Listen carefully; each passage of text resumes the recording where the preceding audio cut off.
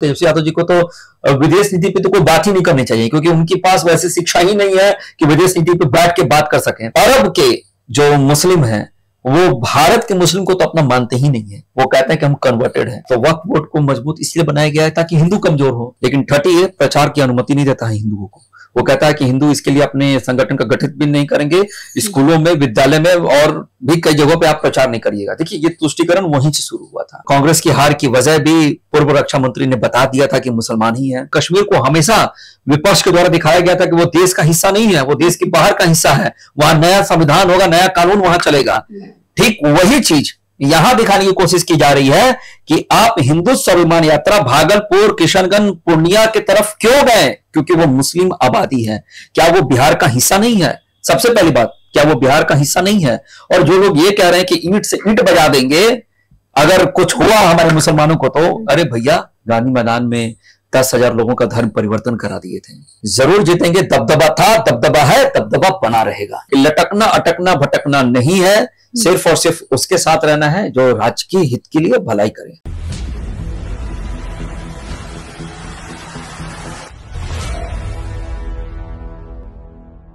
चार विधानसभा सीटों पे उपचुनाव होने वाला है। तरारी, रामगढ़, इमामगंज और बेलागंज की ये 4 सीटें हैं जहां पे उपचुनाव होने वाला है। और उपचुनाव का कारण जो है वो लोकसभा चुनाव में चुने गए प्रत्याशी हैं, जिसके वजह से यहाँ पे उपचुनाव हो रहा है। सभी पार्टी ने अपने अपने कैंडिडेट उतारे हैं, चाहे वो एनडीए हो या फिर महागठबंधन हो या फिर नई और तीसरी पार्टी जनसुराज हो। और चुनाव के मुद्दों को लेकर बात करने के लिए हमारे साथ राहुल आनंद सर उपस्थित हैं, जिनसे हम बातचीत करेंगे और जानने का प्रयास करेंगे कि यहाँ पे समीकरण क्या है, इस बार चुनाव की क्या स्थिति रहने वाली है। बहुत बहुत स्वागत है सर आपका। जी नमस्ते। 4 विधानसभा क्षेत्र में उपचुनाव हो रहा है, इसको कैसे देखते हैं?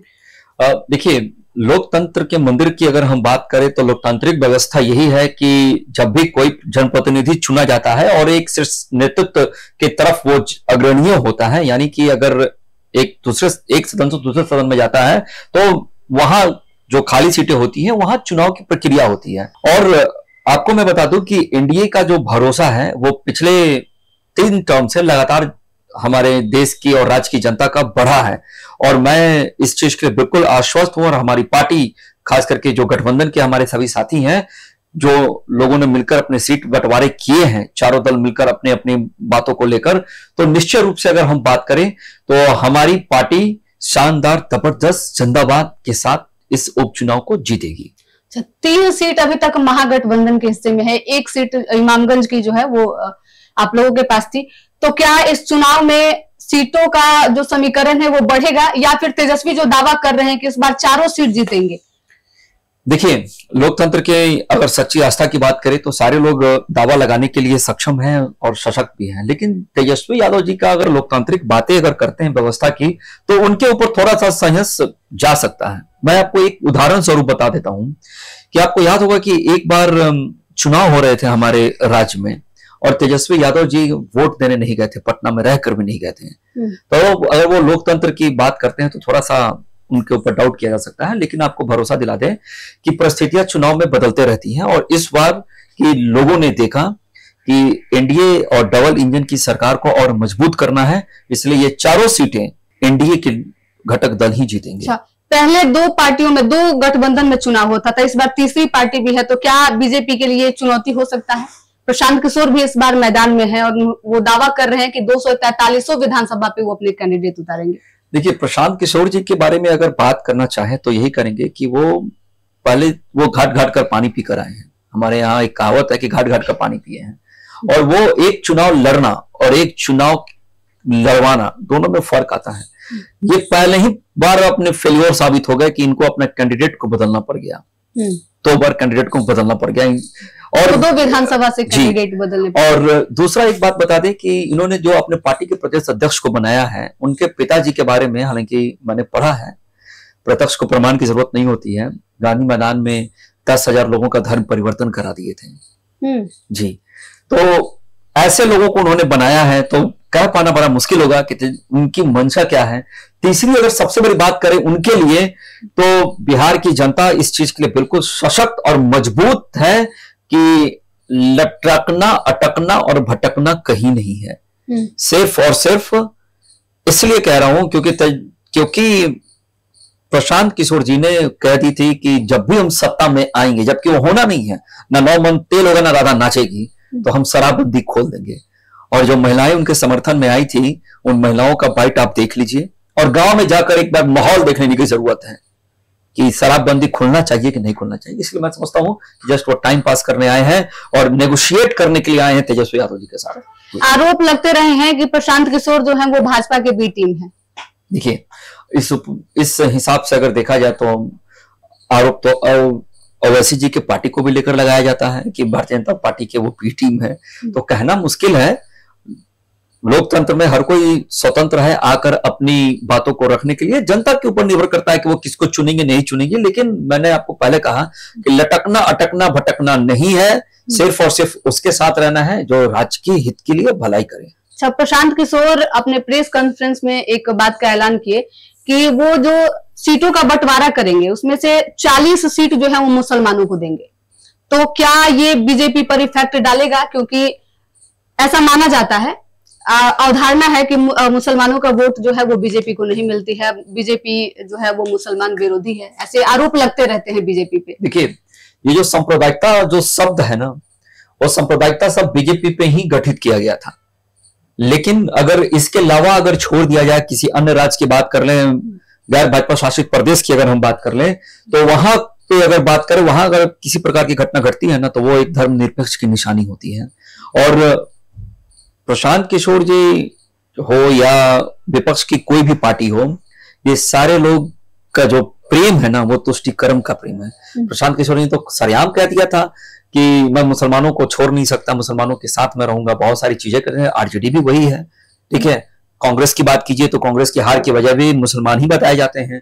अब बचता है सिर्फ भाजपा, और भाजपा के साथ जो एक स्लोगन है, सबका साथ सबका विकास और सबका सम्मान, हमने निरंतर इस चीज को प्रूफ किया है कि आपके लिए हम हमेशा करते हैं, आप आज नहीं तो कल हमारे साथ रहिएगा। और वो भी जानते हैं कि सुरक्षित हम भारतीय जनता पार्टी के राज में ही हैं। तो इसके ऊपर बहुत ज्यादा जाने की जरूरत नहीं है। जिनके लिए विकास की विचारधारा नहीं है, वही इस तरह की बातें करते हैं। हमारे लिए वो तब भी था, अब भी है, आगे भी रहेगा। सर, एक सवाल और कि तेजस्वी यादव का आरोप है कि विदेशी और पैसे वाले मुसलमान जो है वो नरेंद्र मोदी यानी कि देश के प्रधानमंत्री के भाई हैं, और देश के लिए जो कुर्बानी देते हैं वो मुसलमान जो है उसका वो विरोध करते हैं। बहुत अच्छा आपने प्रश्न किया। देखिए, तेजस्वी यादव जी जो बात कह रहे हैं, मैं आपको एक बताते कि उदाहरण स्वरूप समझाता हूँ। अभी कुछ दिन पहले की बात है कि हमारे देश के अंदर आर्टिकल 30 और 30A है। थोड़ा सा बता दूं कि 30 मुसलमानों को आजादी देता है कि आप अपने धर्म का प्रचार करिए, हर जगह करिए, लेकिन 30A प्रचार की अनुमति नहीं देता है हिंदुओं को। वो कहता है कि हिंदू इसके लिए अपने संगठन का गठित भी नहीं करेंगे, स्कूलों में, विद्यालय में और भी कई जगहों पे आप प्रचार नहीं करिएगा। देखिए, ये तुष्टिकरण वहीं से शुरू हुआ था। और तेजस्वी यादव जी जो कह रहे हैं, मैं आपको एक और अच्छा उदाहरण देता हूं कि उत्तर प्रदेश के अंदर एक खबर आई थी, एक ऐसे गांव जहां पे मुस्लिम परिवारों को लगभग 200 से ऊपर पीएम आवास योजना के तहत घर आवंटित किए गए थे, उज्ज्वला योजना में सिलेंडर दिए गए थे, और उस गांव से हमको एक वोट नहीं मिला, एक वोट नहीं मिला। फिर भी हमने कभी कोई तुष्टिकरण की बात नहीं की, हमने कभी कोई भेदभाव नहीं किया। हमने हमेशा सबका साथ सबका विकास और सबका सम्मान का बात किया। हमने ट्रिपल तलाक को भी हटाया, ट्रिपल तलाक को ये लोग रखे थे। ये लोग जो बयान देते हैं ना, देखिए, सबसे पहले मैं तो तेजस्वी यादव जी को तो विदेश नीति पे तो कोई बात ही नहीं करनी चाहिए, क्योंकि उनके पास वैसी शिक्षा ही नहीं है कि विदेश नीति पे बैठ के बात कर सकें। लेकिन फिर भी प्रश्न अगर आपने किया तो इसका उत्तर यही दिया जा सकता है कि अरब के जो मुस्लिम हैं, वो भारत के मुस्लिम को तो अपना मानते ही नहीं है। वो कहते हैं कि हम कन्वर्टेड हैं। जो बयान दी जाती है वो मुसलमानों को अपने तरफ करने के लिए बयान दी जाती है। लेकिन अगर आप विदेशों के मुसलमानों को देख लीजिए, विदेश के मुस्लिम देशों को देख लीजिए, वहां पे देखिए नियम कितने सख्त और कितने मजबूत हैं। वहां किसी भी तरह की तुष्टिकरण की बात नहीं की जाती है। तो ये उनका विचार है, वो कह सकते हैं। एक और सवाल सर कि चुनाव होने वाला है 25 में, लेकिन ये 24 का जो उपचुनाव है ये झांकी मानी जा रही है कि इसी से अब डिसाइडेड हुआ है कि 2025 में किसकी सरकार बनेगी, क्या स्थिति रहने वाली है। बीजेपी को इस बार वहां से 2 सीटें मिली है उपचुनाव में, तो बीजेपी का परफॉर्मेंस क्या होगा? क्या कुछ तैयारी बीजेपी सीटों को जीतने के लिए कर रही है? देखिए, बीजेपी हमेशा खास करके वो चुनावी मोड में ही रहती है, और बीजेपी का जो संगठनात्मक जो रचना है वो मंडल से लेकर बूथ स्तर तक है। और आज हमारे सारे लोग हर जगह उपस्थित हैं, और एक सबसे अच्छा उदाहरण है कि पहले काम जब चलता था ना, विकास की जब परिभाषा होती थी तो दिल्ली से चलता था, तो रास्ते में आते आते वो दम तोड़ देता था। आज झोपड़ी में बैठे हुए व्यक्ति से भी आप पूछ लीजिएगा कि विकास क्या है, तो बता देंगे कि एक क्लिक पे अगर आपकी सरकार की सारी चीजें आपकी नजर के सामने आ जाती है तो इससे बड़ा विकास की कोई परिभाषा ही नहीं हो सकती है।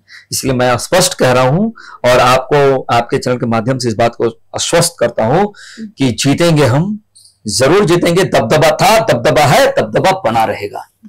सर, एक और अंतिम सवाल कि बीजेपी पे हमेशा से आरोप लगते रहे हैं कि जब चुनाव आता है तो हिंदू मुस्लिम की राजनीति करती है, हिंदू कार्ड खेलने का प्रयास करती है, तो क्या गिरिराज सिंह जो हिंदू स्वाभिमान यात्रा निकाल रहे थे उसी का एक पहल था? देखिए, ये आपका जो प्रश्न है, ये जो विपक्ष के लोग जो बैठते हैं और खास करके वो लोग जो अपनी राजनीति करने की प्रयास करते हैं उसी के लिए है। इसका एक जीवंत उदाहरण इस बार के एजेंडा में भारतीय जनता पार्टी ने अपने मैनिफेस्टो में रखा है। उसने रखा है कि 1 नेशन 1 इलेक्शन की बात की थी। लगातार इसका विरोध हो रहा है। विरोध इसलिए लोग कर रहे हैं क्योंकि इनको लगता है कि भारतीय जनता पार्टी या जो विकास करने वाली पार्टी है उसके सामने हमारी नहीं चलेगी, और अक्सर ऐसा देखा गया है। लेकिन ये सारे लोग इस चीज को भूल जाते हैं कि जो हम पे आरोप लगाते हैं कि आप इलेक्शन के टाइम में ही इस तरह का करते हैं, तो चलिए ना भैया, 1 नेशन 1 इलेक्शन पे ही चलते हैं, हम तो तैयार बैठे हैं, आप सहयोग कर दीजिए हमको। और तेजस्वी यादव जी हो या कांग्रेस हो या अन्य राजनीतिक दल हो विपक्ष की, ये सारे लोग अवसर की राजनीति करते हैं। इनके पास एमओए समीकरण छोड़कर कुछ नहीं बचा है। और कांग्रेस की हार की वजह भी पूर्व रक्षा मंत्री ने बता दिया था कि मुसलमान ही है। और जहां तक हिंदुओं को लेकर, हम जब सेकुलर की बात करते हैं तो अपने हिंदुओं को हमको सशक्त क्यों नहीं करना चाहिए, सबसे बड़ा प्रश्न तो ये उठता है। और दूसरा जो एक महत्वपूर्ण प्रश्न है वो ये हो सकता है कि कश्मीर को लेकर इस चीज को हमेशा हमारे दिमाग में डाला गया था कि वहां 370-35 है, आप वहां जमीन नहीं ले सकते हैं, और कश्मीर को हमेशा विपक्ष के द्वारा दिखाया गया था कि वो देश का हिस्सा नहीं है, वो देश के बाहर का हिस्सा है, वहां नया संविधान होगा, नया कानून वहां चलेगा। ठीक वही चीज यहां दिखाने की कोशिश की जा रही है कि आप हिंदू स्वाभिमान यात्रा भागलपुर, किशनगंज, पूर्णिया की तरफ क्यों गए, क्योंकि वो मुस्लिम आबादी है। क्या वो बिहार का हिस्सा नहीं है? सबसे पहली बात, क्या वो बिहार का हिस्सा नहीं है? और जो लोग ये कह रहे हैं कि ईंट से ईंट बजा देंगे अगर कुछ हुआ हमारे मुसलमानों को, तो अरे भैया कहां हुआ है? कितने दंगे हो गए हैं? उत्तर प्रदेश की शासन व्यवस्था कितनी अच्छी हो गई है, देश में कहां दंगा हो गया है? ये सारे लोग बस इसलिए करते हैं क्योंकि अगर ये बोलेंगे नहीं तो इनकी दुकान चलेगी नहीं। 370 कश्मीर से हटाया गया, उसके बाद से पहला चुनाव था, लेकिन बीजेपी को वैसी सीटें नहीं मिली जिसकी उम्मीद थी। क्या कारण रहा सर? देखिए, आपको अगर रामायण के चरित्र की बात की जाए तो जब प्रभु राम माता सीता को लेकर आए थे तो उस समय भी जनता उनसे खुश नहीं हो पाई थी, प्रश्न किए थे, फिर माता को धरती में समा जाना पड़ा था। और भारतीय जनता पार्टी के साथ भी अगर संदर्भ को जोड़कर देखें तो आप ये समझ सकते हैं कि जो विपक्ष ने जो एक सगुफा छोड़ा था कि ये आएंगे तो संविधान बदल देंगे, जिनको यही पता नहीं कि संविधान के बुक में कितने पन्ने होते हैं, ये आएंगे तो आरक्षण खत्म कर देंगे, तो इनका नैरेटिव भारी पड़ गया क्योंकि हमारे देश की जनता भोली भाली है। फिर भी जो जनादेश हमको मिला उसके तहत सरकार तीसरी बात कायम हो गई है, और जनता समझ गई और जान गई कि ये सारे लोग हमको बस भटकाने का काम कर रहे थे। अगर देश सुरक्षित है तो वो नरेंद्र मोदी जी के हाथ में है, चाहे वो पाकिस्तान ही क्यों ना हो, चाहे वो चाइना ही क्यों ना हो, चाहे वो अमेरिका ही क्यों ना हो, चाहे वो बांग्लादेश ही क्यों ना हो, या वो श्रीलंका ही क्यों ना हो, हर जगह आज के समय में हमारे देश के प्रधानमंत्री की टूटी बोल रही है। बीजेपी सबका साथ सबका विकास का बात करती है, लेकिन क्या कारण रहता है कि जब चुनाव आता है तो प्रधानमंत्री सहित बीजेपी के सभी कार्यकर्ताओं को बिहार में खासकर हम बात करेंगे कि जंगल राज की याद दिलानी पड़ जाती है? क्योंकि हमारे जो युवा पीढ़ी है उन्होंने इन चीज को कभी देखा नहीं है, और जो समय हम लोगों ने देखा और हमारे पूर्वज ने देखा, हमारे पिताजी ने देखा कैसे सीएम हाउस से सारी चीजों को किया जाता था। कैसे एक बहुत फेमस हुआ था कि एक हत्याकांड हुआ था जिसकी गाड़ी सीएम के साला के आवाज से बरामद हुआ था, और ये जो हरि निवास कॉम्प्लेक्स है वहां इस तरह की घटना घटी थी। तो अगर उस परिदृश्य को अगर दिखाया जाए तो जंगल राज निश्चय ही था। और जब भी इनकी सरकार आती है तो आप देखिए इनके जो शिक्षा मंत्री हैं उनका बयान कैसे आता है, इनके जो लोग हैं वो किस तरह का बर्ताव करते हैं। आप यही नहीं, आप ये भी देखिए कि वो कहते हैं कि चाहे कुछ हो जाए हम तो रहेंगे, यही करेंगे, यही होगा, यही। इसलिए तो नीतीश जी को बार बार, माननीय मुख्यमंत्री जी को बार बार दल को छोड़कर अपने आप को उस जगह पे आना पड़ता था जहां जहां वो अपने आप को सिक्योर समझे और शासन व्यवस्था को दुरुस्त होकर चला सके। बस सरकार का मतलब शासन व्यवस्था है जी। 2025 का चुनाव है, भाजपा इस बार बिहार में क्या परफॉर्म करेगी? देखिए हमारी स्थिति दिन पर दिन मजबूत हुई है। अगर आप 2005 से अगर विषय को उठा लीजिए तो आप भाजपा के स्ट्राइक रेट को देखिए। भाजपा का स्ट्राइक रेट हमेशा बढ़ता ही गया है चुनाव में, और इस बार भी स्ट्राइक रेट बढ़ेगा ही, और अब जबरदस्त तरीके से आएगा। क्योंकि अभी जो चुनाव होने जाने वाले हैं 2025 में, उसमें सबसे बड़ी बात, एक तो राज्य की हित की बात कर लें, दूसरा देश के विकास की बात कर लें, तीसरा जो हम एक सुरक्षा की बात करते हैं लगातार, जैसे कि अभी आप वक्फ बोर्ड की बात करके देख लीजिए, तो वक्फ बोर्ड को मजबूत इसलिए बनाया गया है ताकि हिंदू कमजोर हो, और हिंदू कमजोर होता ही गया है। प्लेसेस ऑफ वर्शिप एक्ट की बात कर लीजिए या जो भी बात कर लीजिए, हमें भरोसा है और यकीन है कि हम निश्चय ही शानदार जबरदस्त जिंदाबाद के परिणाम के साथ वापस आएंगे और सत्ता में फिर से भागीदारी होगी, और जो राज्य के विषय की जो बात होगी उसको हम करेंगे और बहुत मजे के साथ करेंगे। विधानसभा उपचुनाव पे चर्चा करने के लिए हमारे साथ बीजेपी युवा मोर्चा के प्रदेश प्रवक्ता राहुल आनंद जुड़े हुए थे, जिनसे हमने बात की। इसके साथ ही जो जिस तरीके के आरोप विपक्षियों के द्वारा भाजपा पे और बाकी चीजों पे लगाया जा रहा है, उस पर भी हमने इनसे चर्चा की कि क्या स्थिति है विधानसभा चुनाव 2025 में जो होने वाला है उसमें बीजेपी की क्या स्थिति रहेगी। इस पे भी राहुल आनंद सर ने खुलकर बात की। इस वीडियो को लेकर आप क्या सोचते हैं कमेंट करके जरूर बताइएगा। बिहार के तमाम छोटे बड़े खबरों के लिए हमारे यूट्यूब चैनल संक्षिप्त को सब्सक्राइब कर लीजिए, फेसबुक पेज को भी फॉलो कीजिएगा। धन्यवाद।